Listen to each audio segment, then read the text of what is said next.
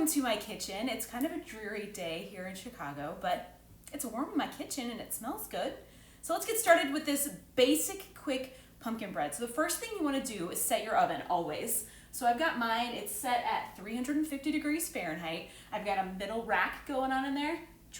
Middle rack. And that's all you have to have set up in there. All right, next up, for this recipe, you want to use an 8.5 by a 4.5 pan, okay? Pan size is actually pretty important. So when a recipe tells you what size pan to use, you should probably use that. And if you know how to make changes on the fly, then you can make those changes. But for this one, if you want a big, fluffy bread to come out of here, then you want to use the 8.5 by 4.5 pan, okay? And trick number 2, are you ready? I know, it's trick time. Trick or treat in my kitchen. See how I did that? Yeah. All right, all you're going to spray is the bottom of the pan. Don't get all crazy in there and spray in the sides. This isn't a cake. We're making quick bread. So just the bottom. Now, if it gets on the side, like, don't get in there and, wipe it off. It's okay. But you want to do the bottom because what happens is when that bakes, it's going to cling onto those sides so that it can rise up in your pan. So it can raise the roof in your pan. Isn't that a fun tip? I like that one too. So just the bottom.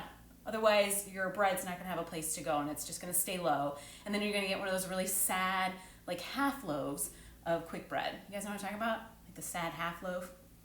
It's sad. It's delicious, but it's sad. Okay, moving on. Let's get started with the dry ingredients. So I like to start with mixing the dry stuff first. That's just what I like to do. You can do whatever you want. So this is 2 1/4 cup of flour. And I'm using a blend of flours because pumpkin's kind of earthy and cool, so I like to use a little whole wheat flour in there, not really even for the nutrition purposes. It's more just because I like the way it tastes. So I've used half whole wheat flour and half of all-purpose flour in here. If you are going gluten-free, because someone's going to ask me, Sarah, can I make this gluten-free? And I'm going to say yeah. And I'm going to say you can do it with that gluten-free all-purpose flour, though, okay? I haven't tested it with like an almond flour situation, so don't go all crazy on me and tell me that it didn't work with your other flours because I haven't tested it that way. But I know it will work for the all-purpose gluten-free blend. So I'm just whisking this because it's fun. You guys like whisking, I'm sure of it. Okay, that was fun. We're done with that now. So now I'm going to add some baking powder. And if you're baking along with me because you were cool enough to get all your ingredients measured out, then you know exactly how much stuff I'm using.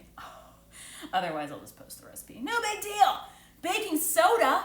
We want this thing to rise up. Rise up, red. Does anybody else sing? My husband's sitting on the couch watching football, and I'm pretty sure he thinks I'm crazy. But if he doesn't know that after, how many years have we been married? Thousands? 2 years. We've only been married for 2 years. Salt? Who cares? Okay, now we're moving on to, so here's my quick trick otherwise too. You can do your own blend of spices here, but honestly, I really love pumpkin pie spice because it's already kind of created for you. So why do all this work when you don't have to? So I am using a tablespoon of pumpkin pie spice. Now, if you want, you can look up pumpkin pie spice on the internets and you can find out your favorite blend. But I really like McCormick's blend of pumpkin pie spice, and they're not endorsing me or anything, but I just happen to like it. So that's 1 tablespoon of that. And that's all done. All in your bowl. Look at that. You guys, this even smells good. Don't eat that. You're not supposed to eat raw flour. Did you know that? Don't eat raw flour. It's bad. Okay. Then we're going to combine all the wet stuff. So I'm going to bring that bowl back over. And I'm going to put in my entire can, 15 ounce, of pureed pumpkin. Now, I feel like every time someone makes pumpkin bread or pumpkin pie, they're like, it's the pureed pumpkin, not the pumpkin pie filling. I'm sure you guys already knew that, right? It's just pumpkin. Because you don't want that pumpkin pie filling. It's kind of weird. I don't really know why does anybody use that? Anybody? I've never used that. Maybe it's delicious and I'm missing out. Totally possible. So that's 1 15-ounce can of pureed pumpkin. I've got a 1/2 cup of brown sugar. Yum. Then I've got a cup of granulated sugar. Oh, my mom says I've been married for 15 years. Thanks, Mom. She was there. It was a hot day that day. It was a beautiful day. It was a beautiful day, right? He's watching football still. Okay, thumbs up. That's why we're still married. Married and in love. Okay. Who cares? I digress. Okay. So that's 1 cup of sugar, half cup of brown sugar. Could you decrease the sugar? You absolutely could. And actually, if you look up pumpkin bread recipes, you're going to see they use way more sugar than this anyway. I find that if I decrease it more than this, I'm like, it's okay. I still like it as a treat, so I want to taste a little sugar in there. You could replace some of it with a little honey if you wanted to, or coconut sugar if that's your jam. 6 tablespoons of some kind of neutral oil, because we want a nice, moist, delicious, I keep wanting to say cake, but it's bread. So we want that to still be moist and delicious. We want it to taste like Starbucks. You know, their pumpkin bread, it's so good. This is gonna be just as good, promise. No offense to Starbucks, they're great. Okay, 3 large eggs. And into the bowl you go, 3 large eggs. So look, this is so not complicated, right? All I've done is mixed a bunch of dry stuff with a bunch of wet stuff and talked the whole time. So, you know, we're having fun. Hi, everybody. I'm making this quick pumpkin bread. So if you're just joining in, it's a really simple recipe. I've posted the ingredients and even the tips and tricks I'm sharing in this great conversation I'm having with myself and you, how to swap things up. So, oh yeah, I was going to tell you how to swap things up. If you don't have pumpkin, because it's like really hard to find, there's probably someone like stockpiling pumpkin, like they're stockpiling toilet paper, they were. And you can use sweet potato puree. I promise if you go to the store, you'll probably find that, no problem. So if you want to swap, equal swap sweet potato puree. That's hard. Sweet potato puree. Oh my, I can't talk. That's a good swap. And if you can't find it canned, you can buy sweet potatoes and, I don't know, cook them. And then take the stuff out of them and use that. Mind blowing, right?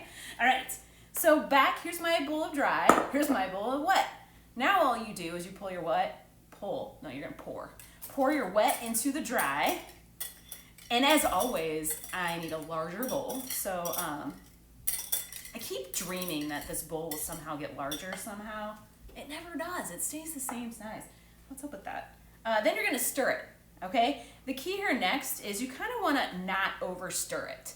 We're not making, you know, pizza or some sort of bread, a yeasted bread where you would need to develop some structure.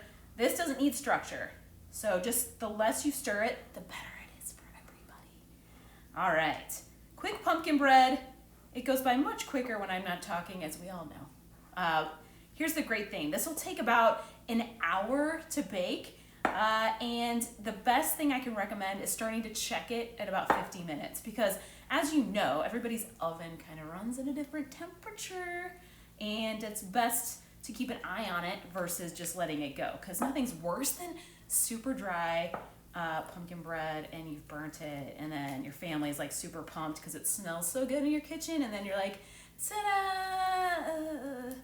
And you pulled out some nasty burnt, hard pumpkin bread. Don't do that to anybody. Don't do that to yourself. So basically, I kind of just fold it until I stop seeing kind of big clumps of flour. So I'm kind of approaching that point. At this point, the world is your oyster.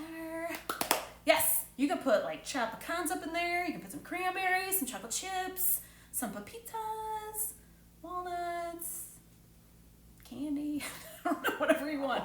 I'm gonna leave it plain because I think it's just magical the way it is. But if you feel like putting something in there, maybe like a 3/4 of a cup to a 1 cup of stuff you can put in there. All right, and then you're gonna fill this bad boy in your oh so elegant way. I am elegant in the kitchen. You know, if people often say to me, Sarah, watching you is like watching a ballerina. No one's ever said it to me. You're not a ballerina. I am a huge klutz and I'm a mess always, so just keeping it real, guys. Okay, then you're gonna wanna take 1 second, or maybe 5, to spread it out and make it a little bit even, because it's not gonna make it to those corners on its own. It's too thick. So you gotta just sort of get yourself in there and spread it out to the corners. Spread it on the top if you feel like Martha Stewart. Then I often give it like a little boop, boop situation, and then I put it in the oven. Guys, that's it. I will not keep you on Instagram Live for an hour while this bakes. Instead, when it's done, I will do a little thing and show you what it looks like. But it's so easy. and it's so delicious. And I will post the recipe. I appreciate you all showing up here for this very short but amazing tutorial on how to make the best pumpkin quick bread. So thank you for joining me in my kitchen. I want you to go make this, and I want you to tell me how you like it and how you made it. And even if you don't like it, you can tell me. I'm totally open to that. So enjoy your Sunday. Go watch some football. Stay warm, stay safe, stay healthy. I'm gonna put this in my oven. If you guys want to chat below, I'll be here for a few more seconds to chat. But if you want to go, you can go. Goodbye. See ya. It's done. It smells so good. Look how fluffy it is. You can't see it that way. Boom. See? Fluffy. So you're gonna do is you're going to let this sit in the pan for about 15 minutes or so. And then what you're gonna do is you're going to transfer it onto a cooling rack, and then you're gonna slice it and shove it in your face, okay? And actually what I would recommend, once you are done letting it cool this way for 15 minutes, when you put it on the rack, you might wanna cool it on its side. I learned that trick. It kind of helps release it from the bottom and kind of looks cool when it's cooling this way. So give it a try. Let me know how you like this recipe. Thank you again for joining me. And don't forget to share a piece with people because they'll want some. All right. Bye, guys.